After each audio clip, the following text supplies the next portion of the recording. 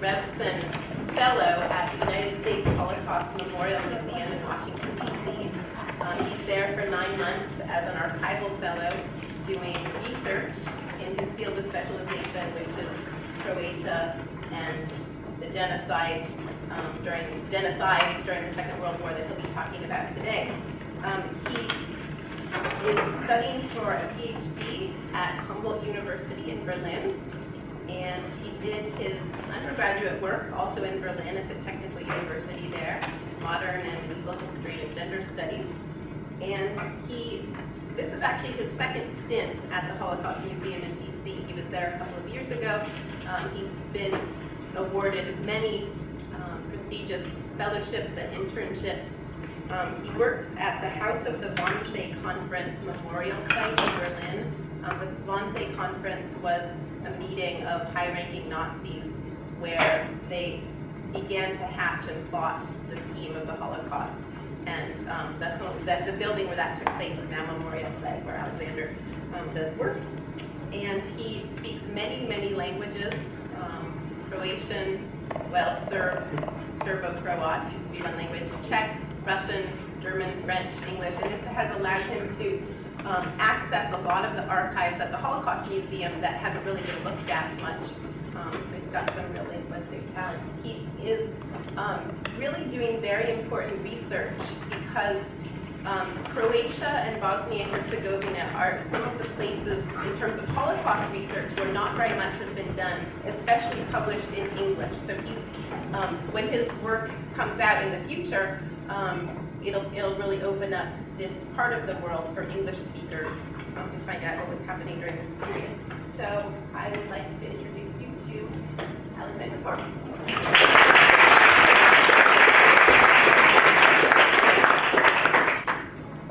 Yeah, thank you very much, Mo, for these words, and thank you very much, Mo and Paul, for getting me to Oregon. It's my first time in the state, and actually my first time on the West Coast, so I'm eager to see the Pacific Ocean tomorrow.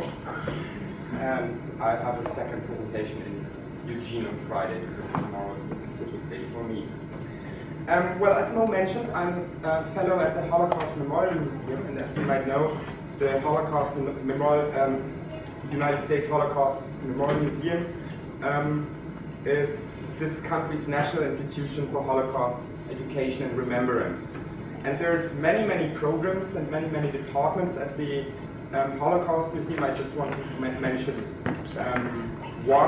two, the Center for Advanced Holocaust Study. That's where I conduct my research, try to foster and to strengthen the knowledge about the Holocaust, and does a lot of research and many ongoing projects. And another department I want to mention is the Committee of Conscience, which tries to find out where genocidal violence these days might break out. So they have a big group and a big team working on Darfur, and you might hear more about Darfur tomorrow.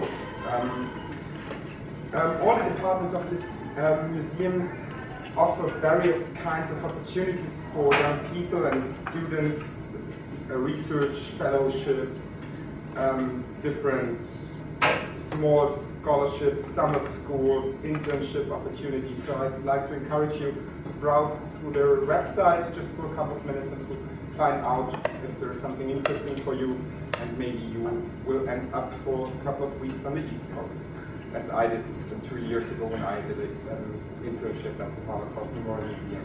So you find their webpage here on the first slide. Yeah, I asked Mo before whom I have to expect here and whether students will know where Croatia is. I hope so, at least one of you knows. There's a Croatia t-shirt in the auditorium.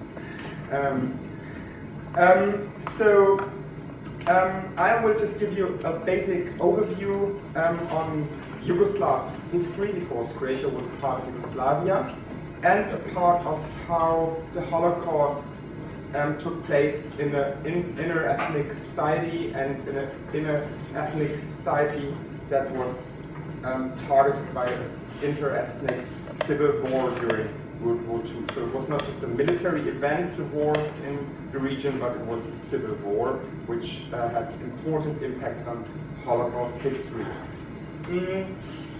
Just for clarification, so we more or less clear what Croatia is.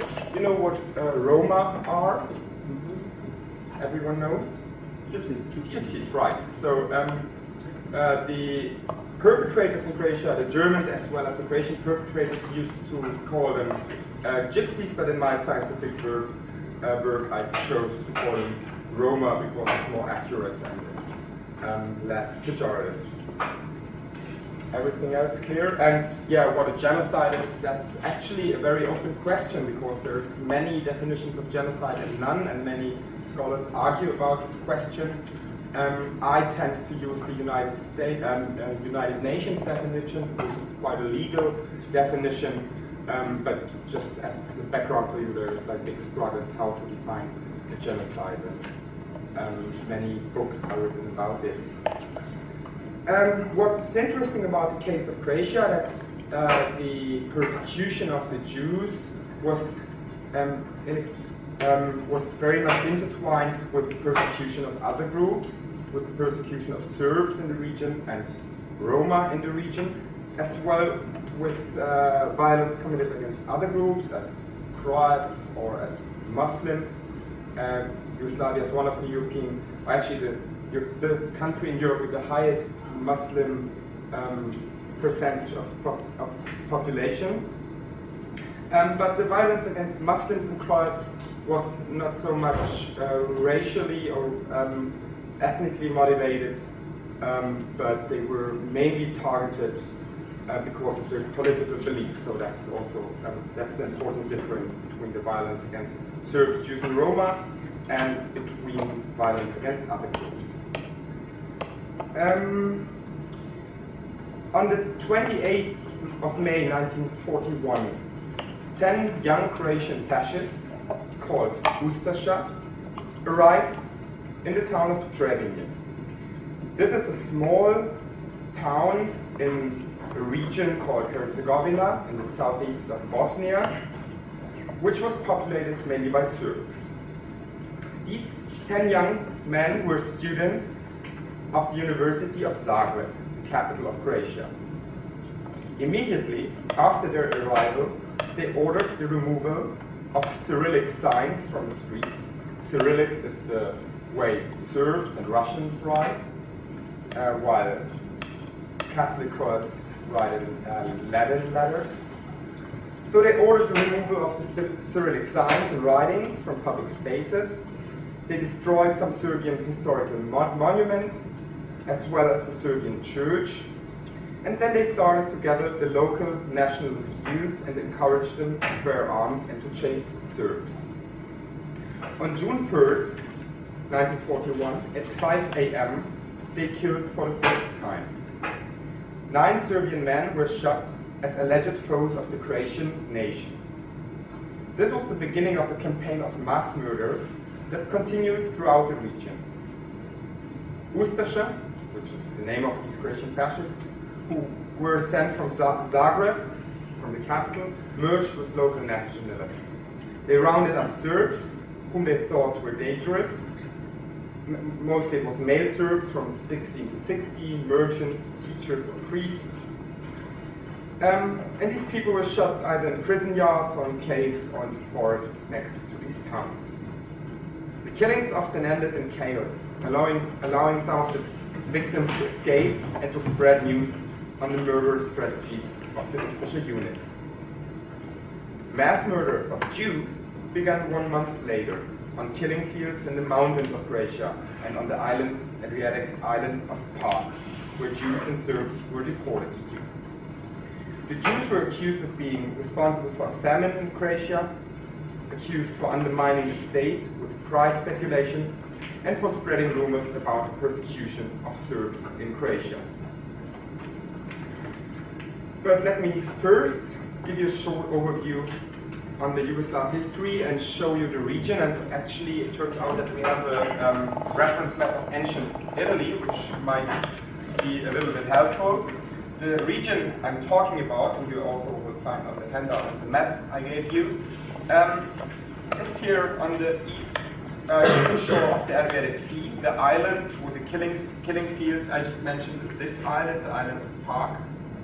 And the fact is that Italy was on the other side of the Adriatic Sea was crucial for the conflict during World War I in former Yugoslavia, as you will hear.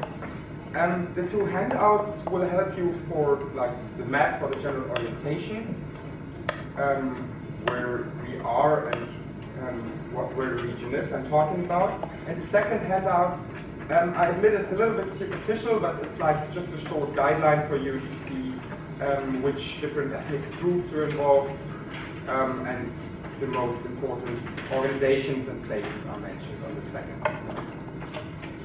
So if you don't understand the word or don't know a group, you might find it on the handout.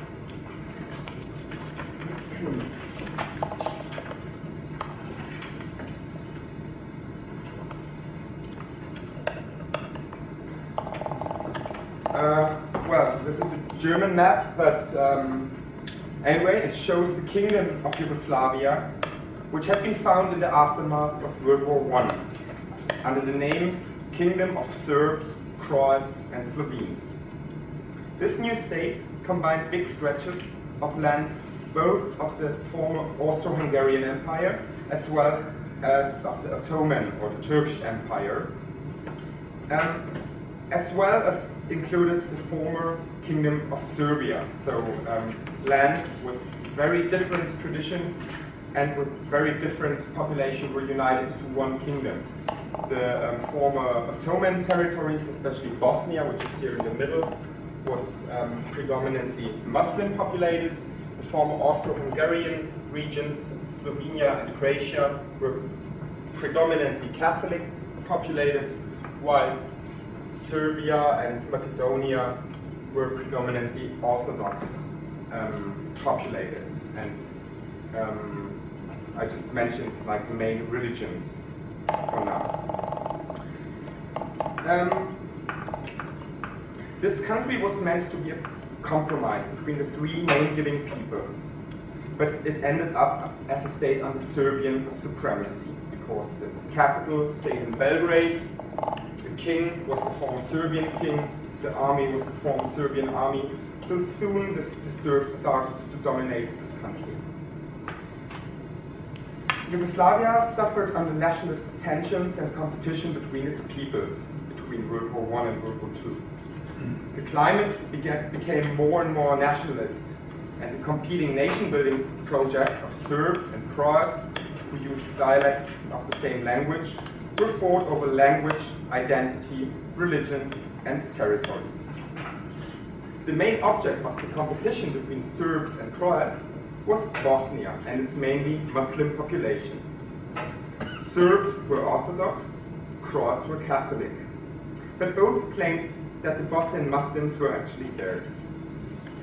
Anyway, many people, especially in the borderlands, could or did not want to tell if they were Croats, Serbs, or Bosnians.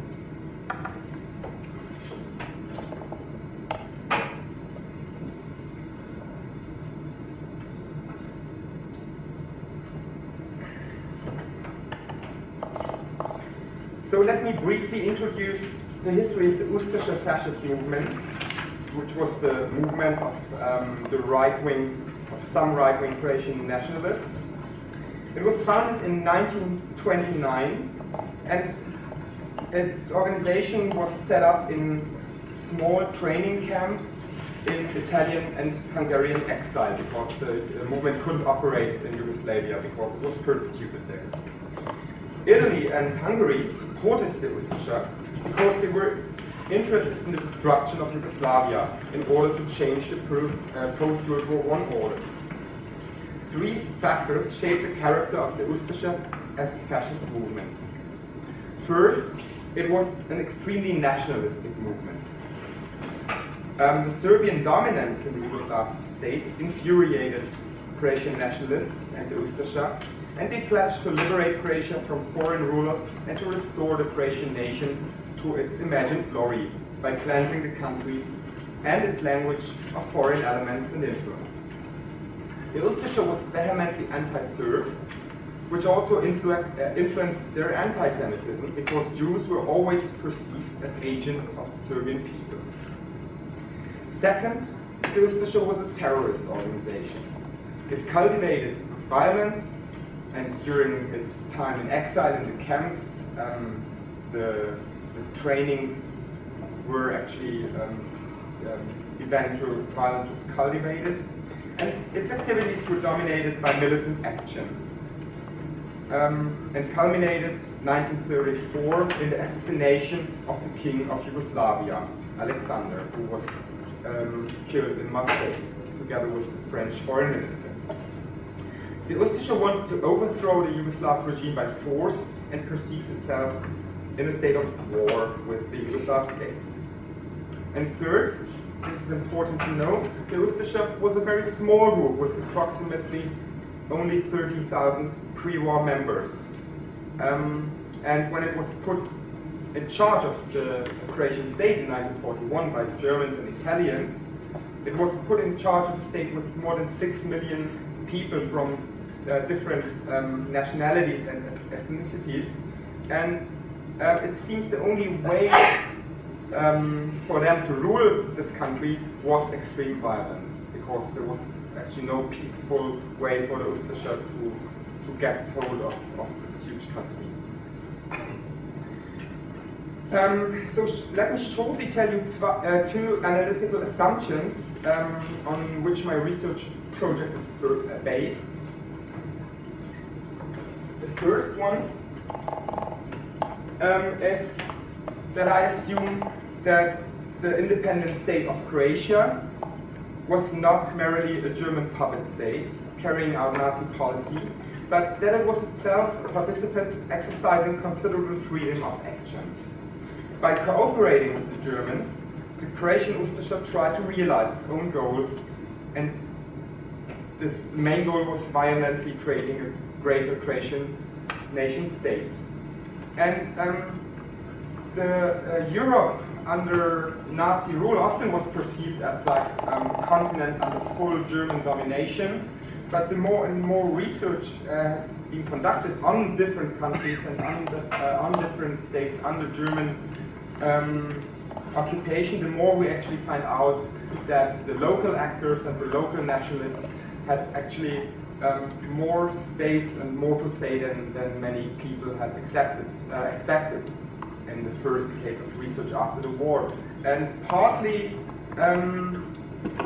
I think in the years after the war, the local societies, especially in former communist countries, but not only, I think tried to blame the German regime so much to prove actually their own national independence. And we can find this in France, as we can find it in Romania, as well as in Croatia.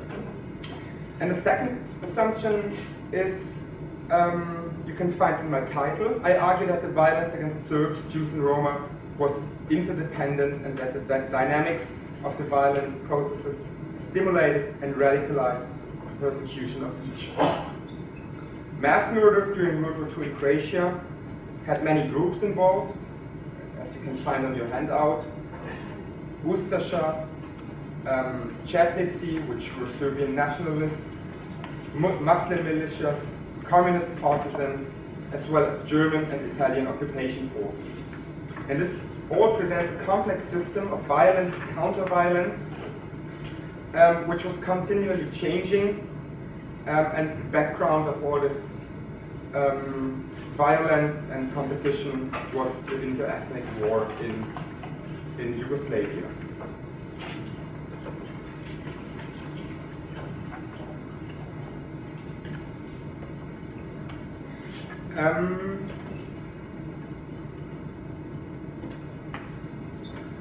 When Germany attacked and occupied Eastern Europe in 1941, in many of those countries being occupied, the Holocaust became part of inter-ethnic tensions in a larger regional context.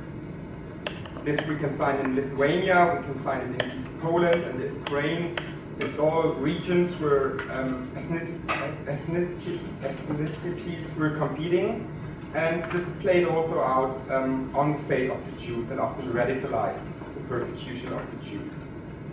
In all these countries, local nationalists started to take action against Jews as soon as the Germans invaded. When Germany invaded Yugoslavia in April 1941, this was actually a crucial moment in world history because of many reasons. I want to mention two. First of all, Germany wanted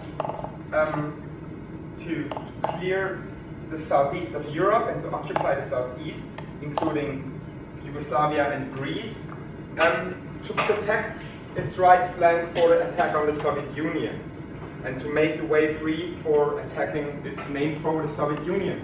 But the attack on Yugoslavia was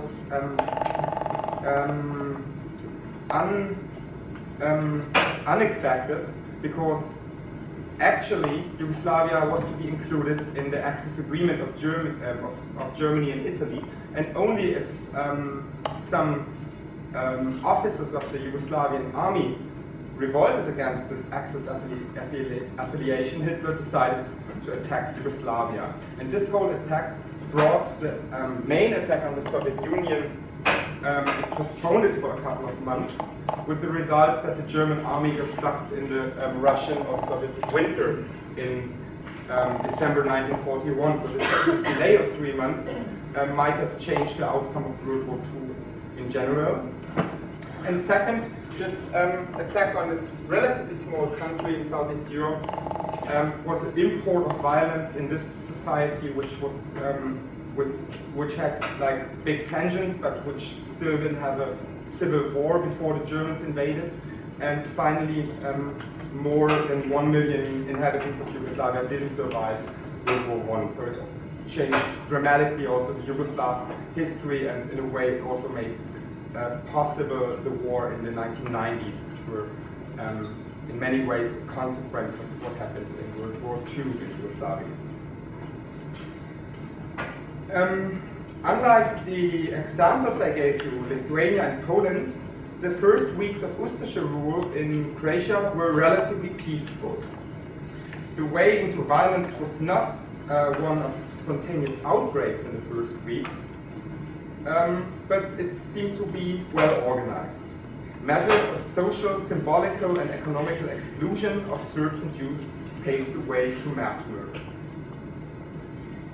Even though most of the measures and laws affected Serbs and Jews equally in the first month, there was an important difference. The definition of Serb was never put into law and was never standardized. Sometimes it seems that it was the strategy of the Ustaše to make the Jews visible by marking them with badges and by exactly defining who they were, and to make the Serbs invisible by banning their handwriting, by banning their culture, and also by banning the term Serb, which was by law prohibited in June 1941, and from then on Serbs had to be called Greek Easterners in Croatia. Also the Ustaše claimed that the majority of the Serbs in Croatia were actually Croats who had converted to the Orthodox faith over the centuries, and that many of them were actual Croats. So we have a very paradox situation that the perpetrators who persecuted the national group claim that this group actually doesn't exist, which made persecution in many ways flexible too, very flexible. Jews instead were defined as a racial minority, as well as the Roma. A definition of Jew closely followed the German model of the Nuremberg laws, where Jews were defined by law, by the religion of their grandparents, and the same did the Croatian Ustaše. But differently from the German Nuremberg laws, Roma were also defined by those racial laws, and in the German model, Roma aren't mentioned at all. So Germans actually did not try to find out, try to invent a definition of who the Roma were. So the Ustaše strategy was not to define Serbs and not to call them Serbs, but depending on the regional circumstances, either to deport or to kill or to assimilate them. Since they were perceived as the actual foe of the Croatian nation, the camp structure, Croatia founded a big system of concentration camps in summer 1941, and this camp structure was built mainly in order to break Serbian life in Croatia. The majority of prisoners were Serbs, and they were usually treated more brutally in the camps than Jews. But once established, this camp structure was ready to be used for the persecution of the Jews too in 1941, as well as for the persecution of the Roma 1 year later in 1942. So the persecution, or the existing persecution of Serbs and the existing camp structure accelerated and also radicalized persecution of the two other groups of Jews and Roma. But does that explain the early beginning of the Holocaust in Croatia, the very early beginning of killing Jews? If you compare Croatia with other European countries, you will find out that the Holocaust in Croatia starts extraordinarily early, and that Croatia was actually the first German ally who started killing Jews on his own.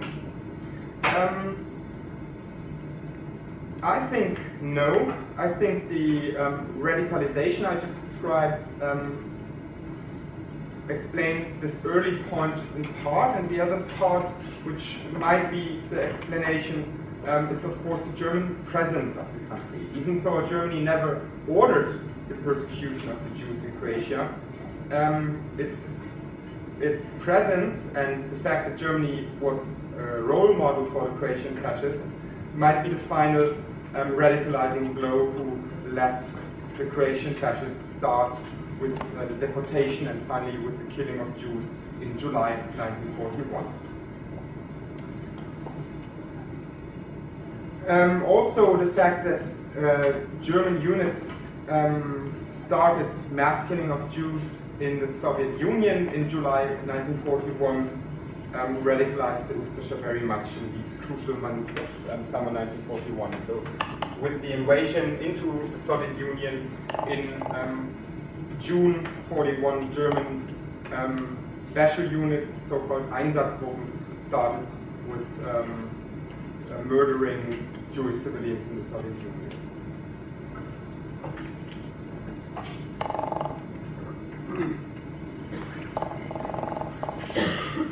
On June 6, 1941, Ante Pavelić, the head of the Croatian state, visited Hitler for the first time. Interestingly, the Croatian Jews were not a subject of this talk at all. Here, Hitler presented instead his vision of what should happen with Serbs in Croatia. The Germans played in many ways a crucial role in the anti-Serbian policy of the Ustaše, because Hitler suggested that Croatia should enforce a policy of national intolerance against Serbs for the next 50 years. Separating Croats from Serbs should finally bring peace into the relations of the two nations. That was Hitler's idea. This recalls the history of ethnic cleansing in order to create homogeneous nation states during the previous 50 years, during the Balkan Wars and World War I. And it also recalls the effects of Woodrow Wilson's idea of self-determination of the peoples, which were soon followed by outbursts of violence in the region, because it was just not possible to create homogeneous nation states in Southeast Europe. Ethnic cleansing between Greeks and Turks were sanctioned by the great powers, and these policies became much more violent in Hitler's Europe. The background of the discussion between Hitler and Pavelić was German plans for ethnic cleansing in the region. Croatian and German representatives had signed an agreement according to which Germany would deport 175 Slovenes from Slovenia to Croatia, while the Croats were allowed to deport the same number of Serbs to Serbia. So this is a complex play of numbers. And the map will help you to understand it. Germany annexed this part of Yugoslavia, which is nowadays the independent country of Slovenia. They wanted to bring German settlements to this region, especially Germans who had lived in other countries as Romania and Italy before. So they decided they would deport Slovenes from Slovenia to Croatia. Both nations were Catholic, so the Germans thought they would assimilate soon in Croatia. Instead, Croatia was allowed to deport Serbs, which settled especially here along the borders, from Croatia to Serbia, a high number of 180,000 people, which of course was the idea the Croatian fascists liked a lot, because their idea was creating a greater Croatian nation state and assimilating or excluding the Serbs in the country anyway. Serbs constituted 1/3 of the entire Croatian population, so it was more than 2 million Serbs living in the independent state of Croatia. These deportations took place in a very brutal and disorganized way. Tens of thousands of Serbian villages were driven out by force. Many of those who refused to leave were killed by Ustaše units. In August 1941, approximately already 200,000 Serbs had crossed the Serbian-Croatian border already. This border was a river called the Drina River, which was very symbolic for the Croatian nationalists, because they claimed the Croatian nation is defending Western civilization and Western religions against the East on this river, on that border. So they claimed to defend the Catholic Church as well as the West as such against the foe from the East, which was sometimes perceived as communism, sometimes perceived as the Turks, and sometimes it was perceived as the Orthodox Church. That was the mindset of the Croatian fascists. Serbia was occupied by the German Wehrmacht at this time, and it was ruled by a very nationalistic government which cooperated with the German army.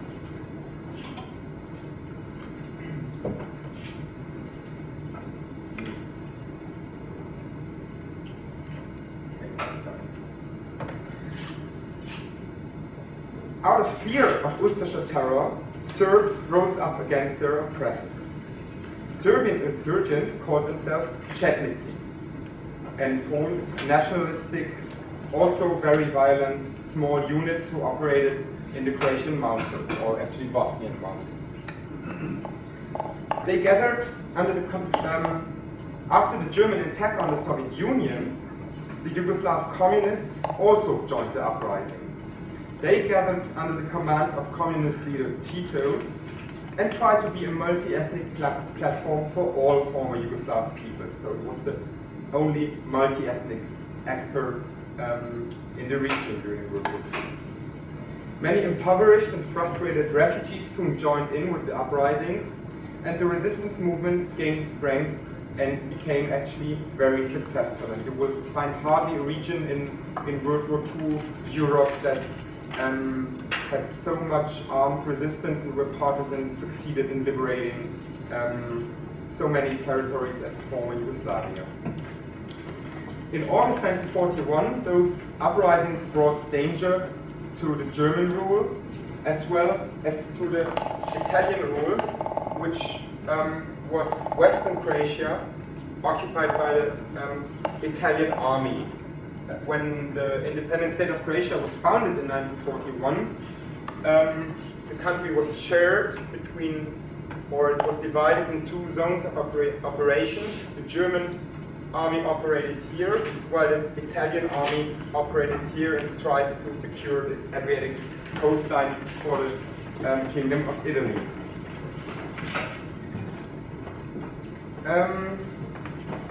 Both regimes were in danger by summer 1941 because of the uprisings, and both had to react to secure their rule in the occupied territories.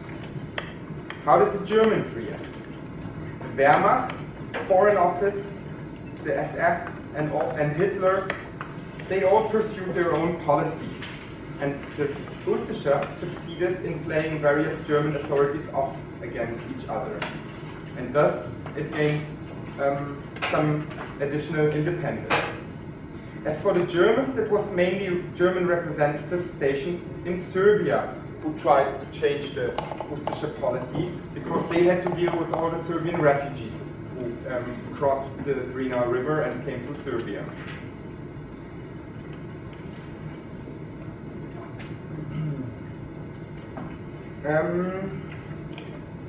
So in August 1941, the German army just closed the border in order to prevent further deportations and thus stopped the violent deportations from Croatia. But the Germans never interfered directly. Just on a few occasions, the German army set out to restrain against Ustaše units in the killing fields, but usually they were called back by their superiors.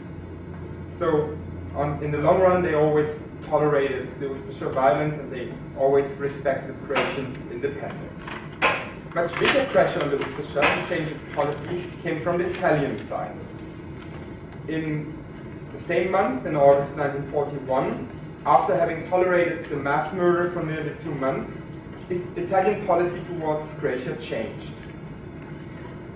Since the unstable situation began to threaten the Italian regime, an Italian army was sent out to occupy entire western Croatia. So they occupied the entire sphere of interest of the Kingdom of Italy.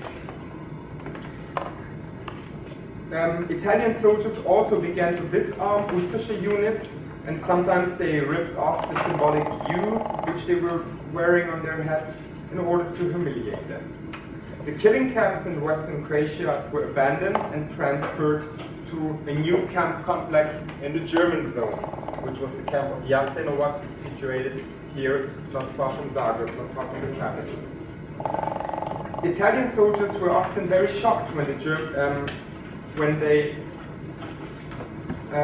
examined the places where hundreds of prisoners had been shot when the Ustaše retreated. The Italians finally concluded that they shared more with the Serbian insurgents than with the Ustaše. They started to provide the Serbian nationalists with arms, and this severely deteriorated the relationship between the Italian and the Croatian fascists, and the Serbs gained much power and strength by the Italian support. Effectively, this led to an end of violence, not at least because the Ustaše couldn't act anymore in the western part of Croatia. So the Ustaše regime was shaken by a crisis in fall 1941. Half of the territory was out of control of the Ustaše, the economy lay down, and the famine struck the country. Support for the regime declined, and finally the Ustaše realized that continuing the mass killing of Serbs could cost its existence. So the policy against the Serbs changed, and non-lethal forms of persecution became dominant as forced conversions of Serbs to Catholicism. So once again, Ustaše units set out, and the Croatian government started to put pressure on Serbs in Croatia to convert to Catholicism, and then the idea that they were actual Croats became dominant again. So the Ustaše came a bit closer to the point to actually accept the fact that there would be Serbs living in the Croatian nation state, but they just still refused to call them Serbs and kept on calling them either Greek Easterners or former Croats. The policy against Jews instead changed into a completely other direction. After the Wannsee Conference of January 1941, that Mo has mentioned, the conference where actually the Holocaust was centralized and was put under control of one German agency, Germany took over the persecution of the Jews in Croatia and started the deportation of the remaining Jews from Croatia to Auschwitz. The Croatian government agreed to pay 30 Reichsmarks per Jew deported by the Germans, and the Germans came very close to their idea of solving the Jewish question in Croatia, as they put it. But that still didn't match exactly with the Croatian way of persecuting Jews, because the Croats or the Ustaše wanted to exclude some minor groups of the Jews from persecution, especially some Croatian nationalists with Jewish background, as well as some Jewish family members of high-rank Ustaše. And for this small group of Jews, they had created a paragraph by which Jews could be appointed as honorary Aryans. And some Jews were appointed as honorary Aryans, and finally Germans had to accept, or decided to accept this fact, and decided to accept the Croatian independence in this point and not to deport this small group of so-called honorary Aryans. As for the Italians,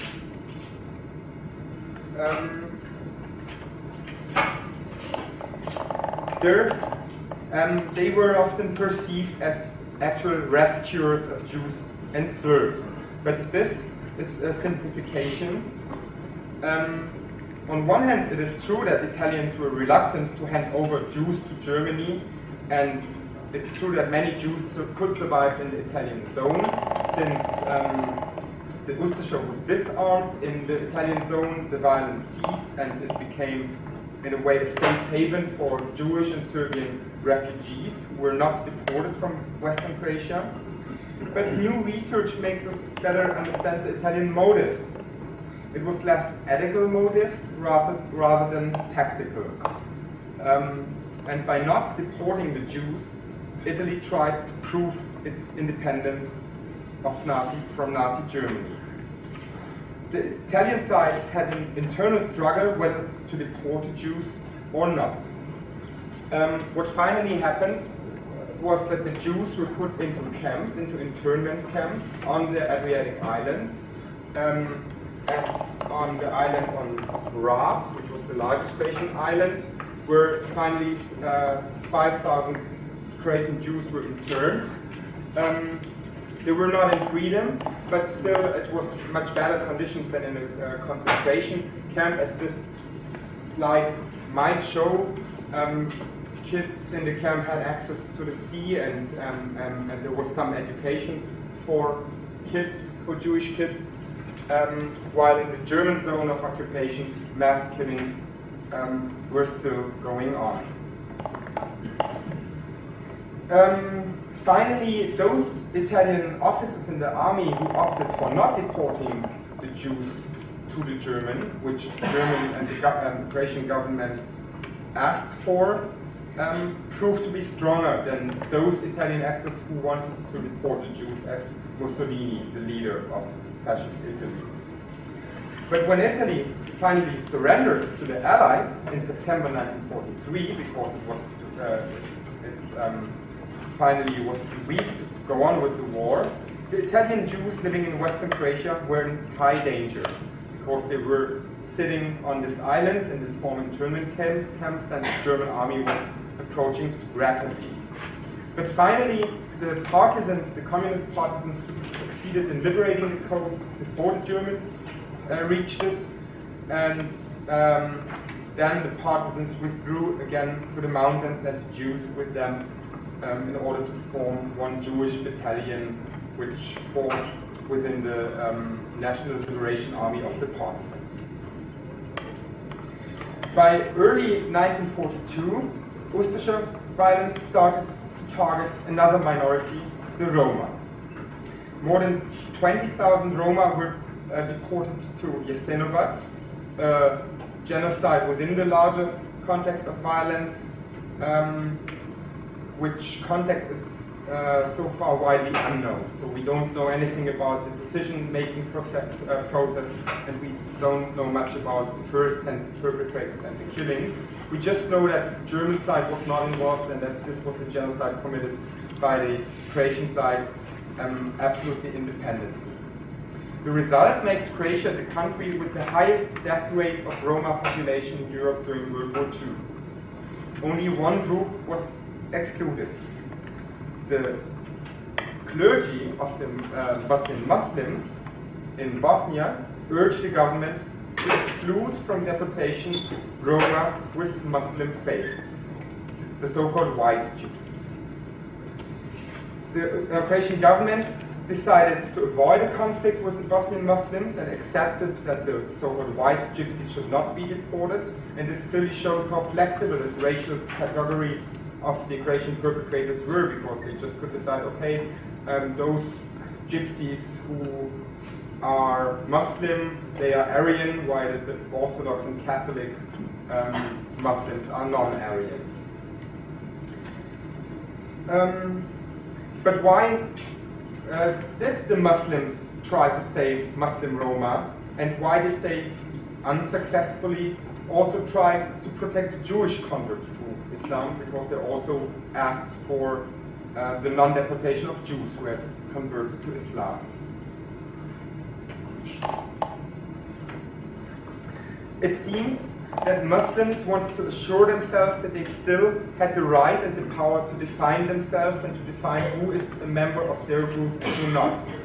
And by this question, by this crucial question of definition, to prove some sort of independence.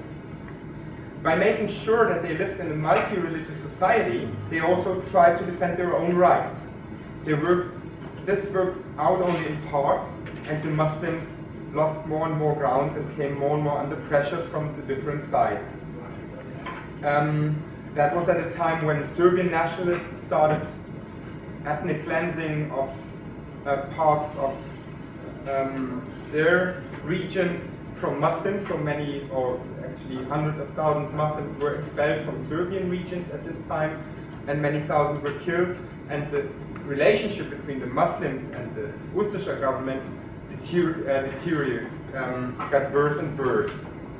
Before, the Croatian government had claimed the Muslims are actually Croats and they are an integral part of the Croatian nation. So the Croatian nation consists of Muslims and Catholics. But the Muslims got in a worse and worse position, and no one was able to protect them, and no one was willing to do so.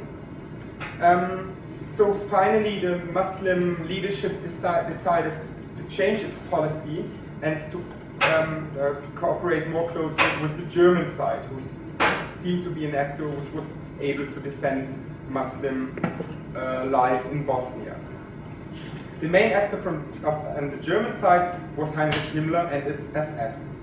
In order to mobilize men for the fight, and in order to gain influence, and additionally in order to send a message to the Muslim world and to especially countries like Iraq, Afghanistan and Palestine at this time, to weaken the British power in these regions, Heinrich Himmler decided to levy 2 Bosnian Muslim SS divisions. So we see Bosnian Muslim SS recruits on this picture, and we can see they wear a German emblem on their head, but the hat is the traditional Turkish fez. So Nazi ideology and symbols of Islam were included in these 2 divisions that were founded. This division was called Hanjar, and Hanjar is this Turkish dagger. For many of the Bosnian Muslims, this seemed to be an appealing option because they hoped their SS affiliation would enable them for self-defense and protection from the Chetnik attacks, and they hoped to get some independence. But their hopes were betrayed since they were not stationed in the region, but they were transferred to northern France to fight the Allies in France. And when they finally were brought back to Bosnia at the end of the war, many of them were disillusioned of their SS affiliation, and most of them deserted and finally joined the communist partisans. The partisans survived all the attacks of the German forces as well as their allied forces, and they finally succeeded liberating the bulk of former Yugoslavia by its own strength. So at the end of the war, you see that just the valleys and the main cities are under German control, while all the mountain regions in between are already liberated. Italy's surrender in September 1943 proved to be a turning point. Partisans captured Italian arms, gained control over coastal territory, and they began receiving supplies from the Allies who had already occupied the south of Italy. So there was a connection over the Adriatic Sea between the Allies and the partisans. Croatia served as an evacuation route for all German forces in Southeast Europe at the end of the war, and this is why the country was one of the last to be liberated in World War II, and why German and Ustaše control ended until the end of World War II, until May 1945. The Ustaše attempted to erase all the traces of their crime by working the death camps at full capacity until the very end of the war, and when partisan units liberated the camps, they found only ruins, smoke and dead bodies. The Ustaše flew together with the Germans, and the Ustaše units, most of them tried to get to Austria. Some succeeded, many not, and were caught up by the partisans. But its leader, Ante Pavlic, and many others escaped and finally made their way to Argentine. So let me shortly summon the history of persecution of Jews, Serbs and Roma in Croatia during World War II. The nationalizing civil war and terror led to the death of approximately 300,000 Serbs, 30,000 Jews and 20,000 Roma in Croatia. While the murder of Serbs ceased in 1941 because the Serbs resisted and thus brought danger to the Nazi order, the destruction of the Jewish communities instead continued without interruption. It met no substantial criticism neither from inside nor from outside Croatia.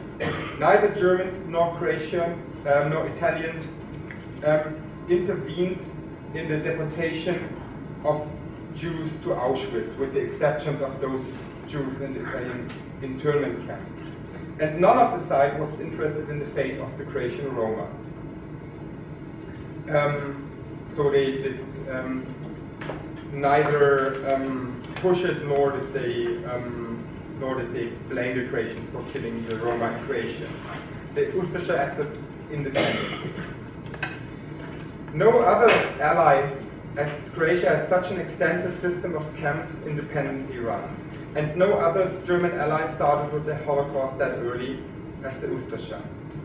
Many historians had made the argument that the fact that the Ustaše committed mass murder against Serbs, Jews and Roma, that it proves that the country was actually a German puppet. I believe this is a total misinterpretation, and I truly want to prove with my book that the fact that the Ustaše committed so extensive mass murder rather proved their grade of independence. Thank you.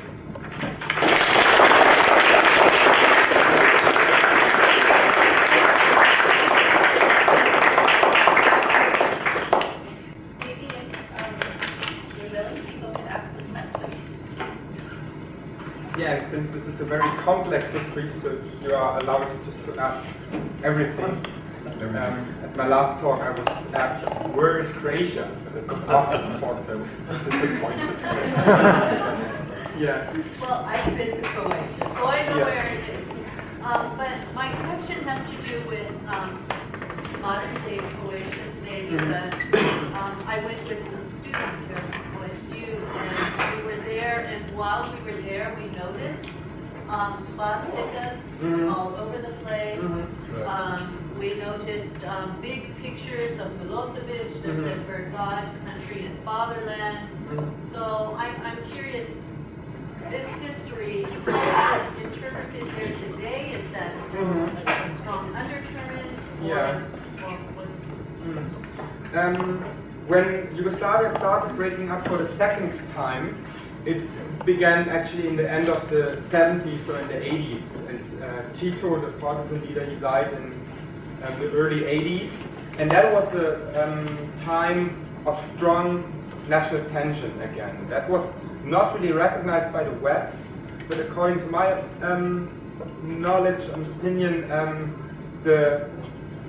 actually Yugoslavia broke up in the early 80s, and then 10 years later the wars broke out, and nationalism had its high tide in the mid 90s. That's when many Ustaše graffitis were put on walls, when Ustaše banners were carried around on rallies, and where the memoirs of Ante Pavelic were sold. The same situation you could find in Serbia, where they also recurred on their World War II history and called their Chetnik leaders heroes. This has changed in both countries quite a lot, I think. You can still see the graffitis and you can still find the nationalism, but the discourse has changed anyway. I was in this one killing camp of Jasenovac in the memorial site. I was for the first time in the year 2000, and then it was a totally destroyed place, a void, because war had also been fought in the region of Jasenovac, and no one took care of the memorial site, a place where more than 100,000 people had been killed, and the museum was basically destroyed, and no one cared. It has been reopened meanwhile, and a team of young scholars really tries to tell the story of Serbs, Jews, and Roma persecuted. Croatia has always its backlashes, and it breaks out from time to time, but I think it's on a better way now. But nationalism had cost the country the membership of the European Union so far. Yeah. Me? Yeah. I've always thought it was interesting that Tito's partisan group was the only one that really brought in anyone in the forces, be it Muslim or Catholic or Orthodox, Serbian, it didn't matter. And I think that relates to his Marxist ideology, which was internationalist. Which the other two groups didn't have because they were strongly nationalist.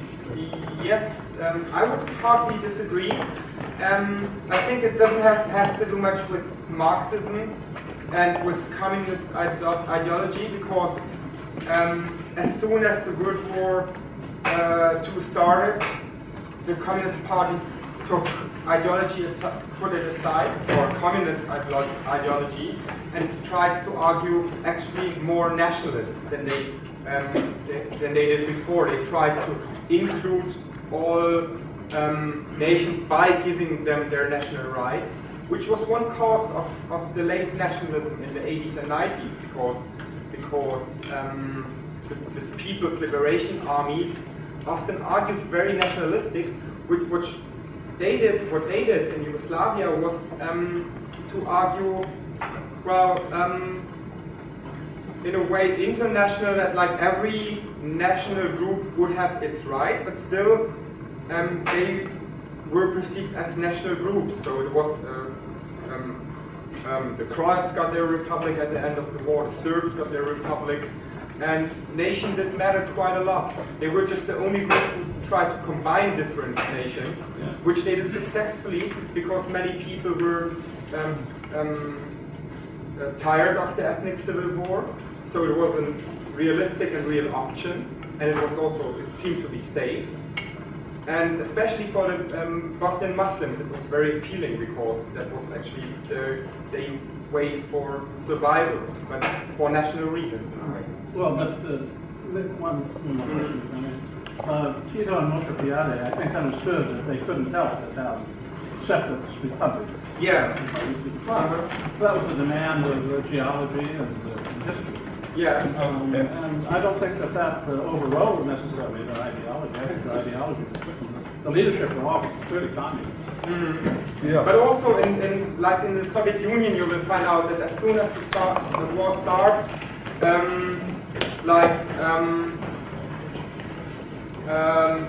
communist ideology against the church, for example, was put aside, and suddenly all the churches could reopen in the Soviet Union, and Stalin referred to Ivan the Great and called recalled many big moments of Russian national history in order to strengthen Russian nationalism for the fight against the Germans.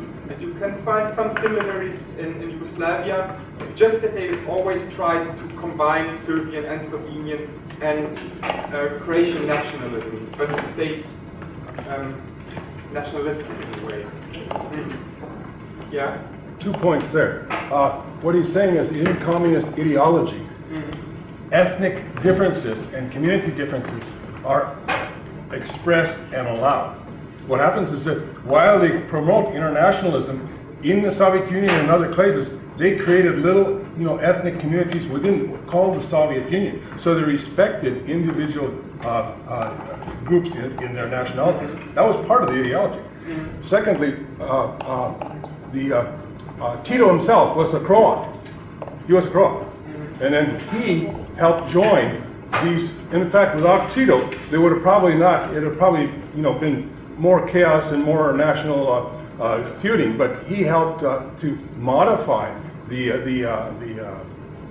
ethnic contrast there, while also establishing his brand of communism, which was antithetical to Stalin. Remember, they fought. He wouldn't allow Stalin or the Russians in there.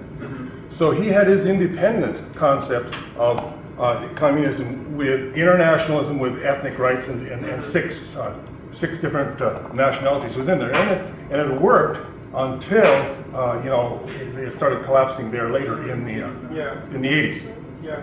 I knew a half a dozen of the Croats, and they were, when I was there in the 80s, Ustaše. They thought Ustaše-like, and they thought they got to kill the Serbs, and they got to kill this, and they got to kill that. And the Catholic, by the way, the Catholic Church, they were in the Catholic Church, and they were promoting this as a Catholic idiom. And of course, that's not necessarily true because I've been a Catholic myself. But that's what they were promoting is the Catholic is a Catholic ideology, a religion to support their Ustaše message. Maybe take one more question from the students. We have. Let's just maybe gather the last 3 questions, and I try to answer quickly. Okay, so yeah, I didn't see it. I just wanted to ask, is there any reports of Serbs, Roma, and Jews fighting against their deported or against Yeah, well, actually, this whole uprising is a fight against their persecution. And resistance is often understudied, and I think Yugoslavia is a field where you can find especially much resistance during World War II. And successfully, because, as I told, the Jews formed their own battalion within the partisan army. Yeah? I'm Jew from Sarajevo, Holocaust survivor. So I know some things. The first camp was in Kruščica in June. It was only for Jews. And then, when Jasenovac was Transferred. they were transferred, the survivors from Kruščica to Jasenovac. So, in the beginning, even it is true that the persecution of Serbs starts in May and the Jews in June. But the laws were from the May already there. And all these signs, pages, and so on, Jews and Serbs and dogs are not not allowed to go to the parks and so. And all the radios was taken, telephones and all from the people, Jewish, not from Serbs, from Jewish people. And you see, the situation for Croatia then was so: 6 million people, 2 million Serbs, 2.5 million Croats, and 1.5 million Muslims. So they declared Muslims flowers of Croatian nation, and to make majority. But really, they had a problem, because this land, Croatian lands on the coast, very heavy. Not only the occupied part of the Croatia was given to Italy, the islands and some till Split, northern, and so they got Bosnia. So really, this independent state of Croatia was practically partly Croatian. So I'm a little bit afraid we're running out of time, but I would love to talk to you after. So we have one last question, if you allow. Kapitän. Neil me, some Besuchers now. This is a really great presentation, and this is something I think that just people are just completely ignorant of, especially Americans. And you know, it seems like late 90s. Suddenly the Serbs were the bad people, right? If you look at the UN, the way they acted, and these terrible Serbs, and now it's all their fault, and people have such a short history, or they don't even know history.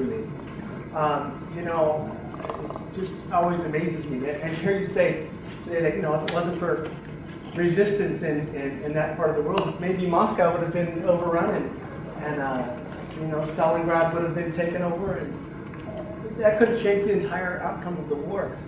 So I'm just curious, why you think maybe this is so little known? I mean, 10 years ago, did they not know about? I mean, obviously the Serbs knew about this. Did Jasenovac and things like that, people didn't know about this? Or why wasn't this brought out to the more general world? The Europeans did, and Americans, they didn't, because it was U.S. policy. So Bill Clinton then, in the late 1990s, was both the Democrats and Republicans, both of them. Well, I'm just saying that, but that's when it kind of came out. Right, both. Well, in the 90s. Bill Clinton did certainly not know, because he was very poor on Balkan history, and he had very poor advisors. And what was told to Clinton was that there is like this ancient hatred between these people, and that it doesn't, it wouldn't help to intervene because they hate each other anyway so much. So there can't be peace in this region, which is bad ideology, I think, because there's always like actors who have motives and they choose for violence, but it's not ancient hatred between people, because people lived in the region quite peacefully as neighbors, as soon as nationalists changed their relationships. That's a very good question. I think I have to think about it more, why this is understudied. I think, or my personal opinion is that people were just so fed up by this communist and nationalistic historiography that they just didn't go deeper, because the Serbo-Croatian historiography and the Yugoslav historiography in big parts is very bad, and they operate with strong numbers. Serbs exaggerate, they say 700,000 people have been killed in Jasenovac. The Croats downplay the numbers and say it was just 60,000. And I think there's just a lack of researchers from other regions who study this, as me. to bring some new facts and to bring some new viewpoints on the region. That's great. Voila.